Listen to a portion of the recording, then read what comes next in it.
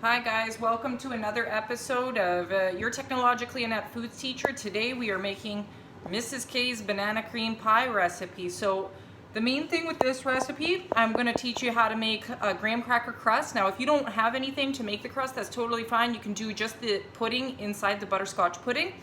And then I can walk you through a few steps if you want to change it to chocolate pudding, just keep it as vanilla pudding. It's totally up to you. You can even put coconut in there, make it a coconut pudding. All right, so the main things that I want to take you through today are thickening agents. So a roux, we've learned, is hot fat and starch. That's not what we're using today. A slurry is cold water and starch. Not using that one either. But today, we always have to separate our starch in order to thicken a soup or sauce. So sugar and starch is usually used as, sugar is used as a separator of starch when we're doing things like cream pie fillings. So chocolate cream pie, coconut cream pie, butterscotch cream pie, all of the cream pies typically use this sugar and starch. Now starch, when I say starch, what does that even mean? That could mean flour, that could mean corn starch, it could mean tapioca flour. There's so many different starches that you could use. For today, I'm using flour and brown sugar. The first thing I want to show you is how to make the crust. So let's get to that. All right.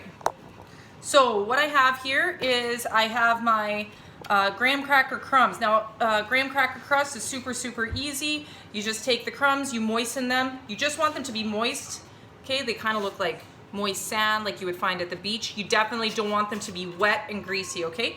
If you actually end up getting a wet and greasy graham cracker mixture, the key to fixing that is just add a little bit more graham crackers, work it in, and then it should come to this texture, which is kind of moist sand that you would make like a sand castle out of at a beach or something, okay? And in here, I've also got a little bit of sugar. You don't have to add sugar, that's totally up to you. So what I'm gonna do is I'm gonna put my moistened graham cracker mixture into my pan here. And then this is a 1/3 cup measuring cup, and what I'm gonna do is I'm gonna smooth my graham crackers down into my pan. Okay, and this helps me to make an even bottom, right? So even across the bottom. Okay, and then it also helps me to push some of those graham crackers and to have a really nice edge going on. So first of all, I just want to get them into the pan and an even bottom, kind of pushing things to the edge. Then what I could do is I put my finger at the top of the pan as the marker of the end, and I use my cup and I press in the edges, like so. Then basically I'm gonna cook this in a 350-degree oven just for about 10 minutes just to set it. There is no danger here for you, so the cooking isn't, it's only for setting the crumbs, it's not for safety or anything of that nature. Cream pies typically have a crust, some type of cookie crust. Now you can make a cookie crust out of anything. Graham crackers, you could use those Nature's Valley granola bars crushed up, you could use Oreos crushed up, you could use any of your favorite cookies, peanut butter cookies crushed up. So then this is what my crust looks like. So this I would bake for about 10 minutes. I take it out, cool it, while I proceed to the pudding portion of things. So I'm gonna set that aside, I'm gonna bake it, and we'll come back to that. So in my heavy bottom saucepan, so when I say a heavy bottom saucepan, what I'm thinking of is a heavy bottom pot.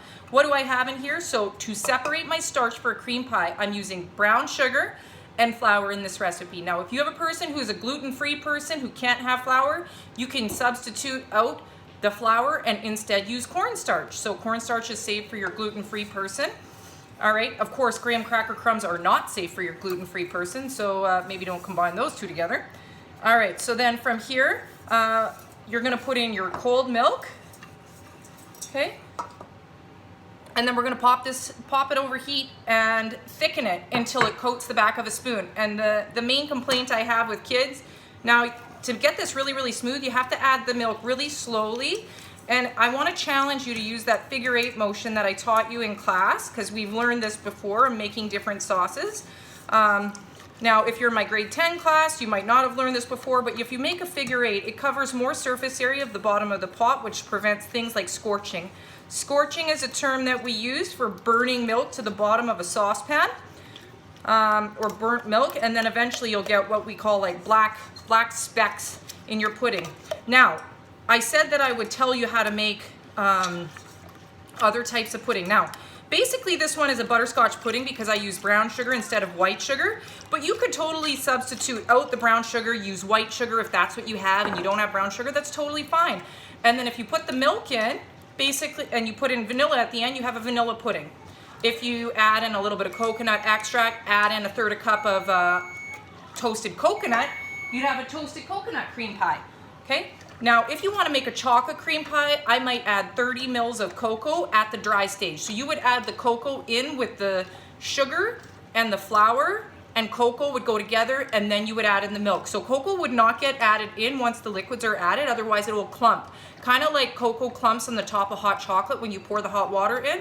It stops it from getting mixed in nicely. So always add cocoa in, and then of course you could have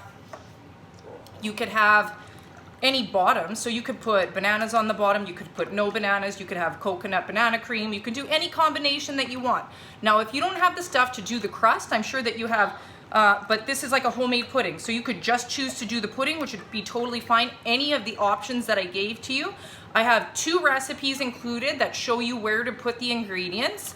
And you can either use Mrs. K's butterscotch banana cream pie recipe, or there's another one called cream pie with variations. Now that recipe, you have to make sure that you look at the chart below and add the ingredients to the appropriate step.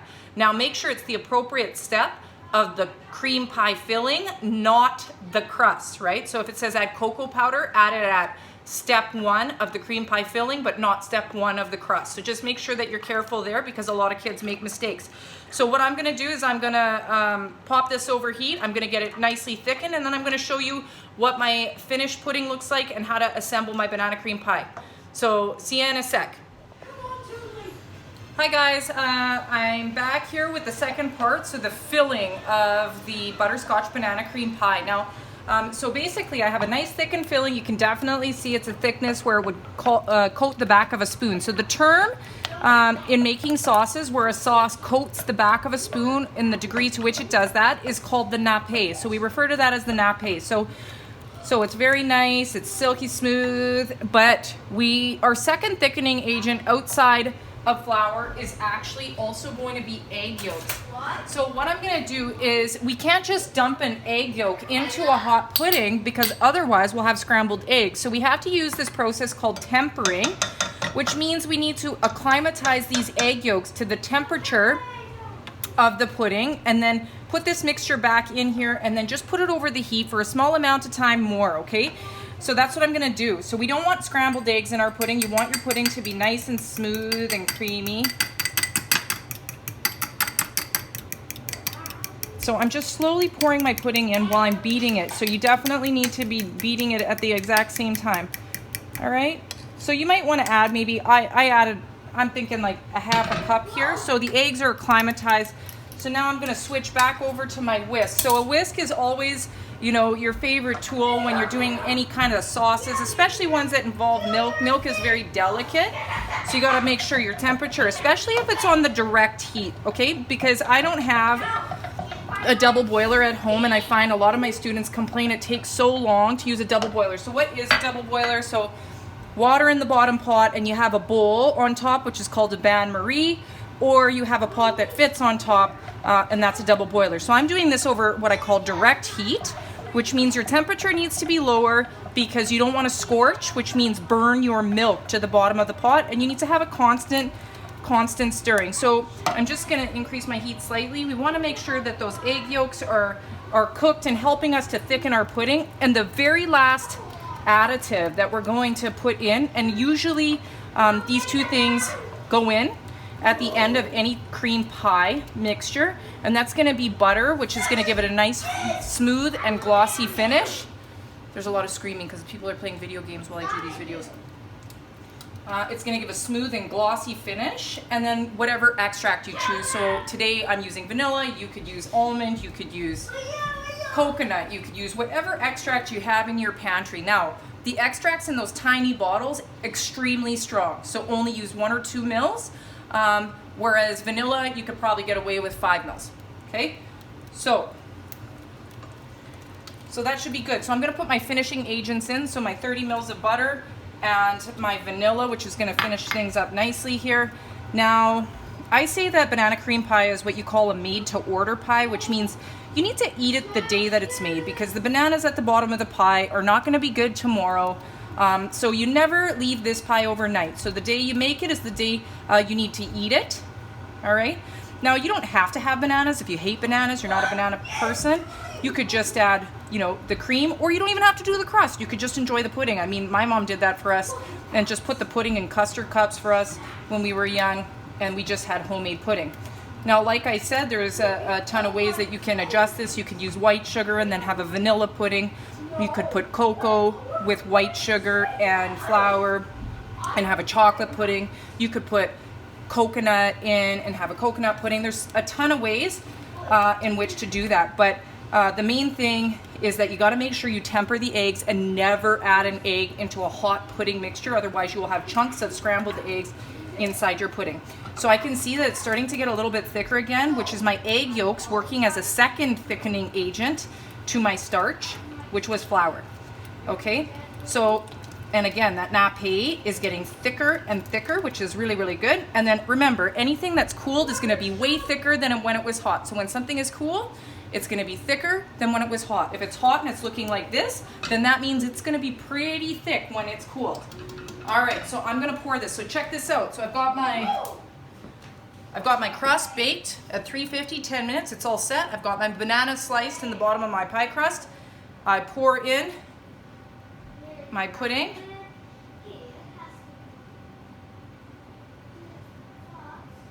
Okay, and then you want to leave this for an hour or two until the pudding sets and cools. And honestly, when I was a kid, I used to lick the spatula when my mom made this pudding, because the pudding itself is so good. If you don't like butterscotch, I mean, it's not true butterscotch, it's kind of the flavor of brown sugar, but we call it butterscotch. And this is an 8-inch pie plate. Now, if you don't have an 8-inch pie plate, that's all good. You can press the crust into a square cake pan. You could make minis, you can put them into muffin tins. You can use whatever pan you want. You don't even have to use a crust. Totally up to you. You could also use Oreo cookie crumbs. You could use granola bars for the crust. The world is at your feet in terms of this. Okay, so that's it for today. Until next time, another episode from your technologically inept foods teacher. Take care.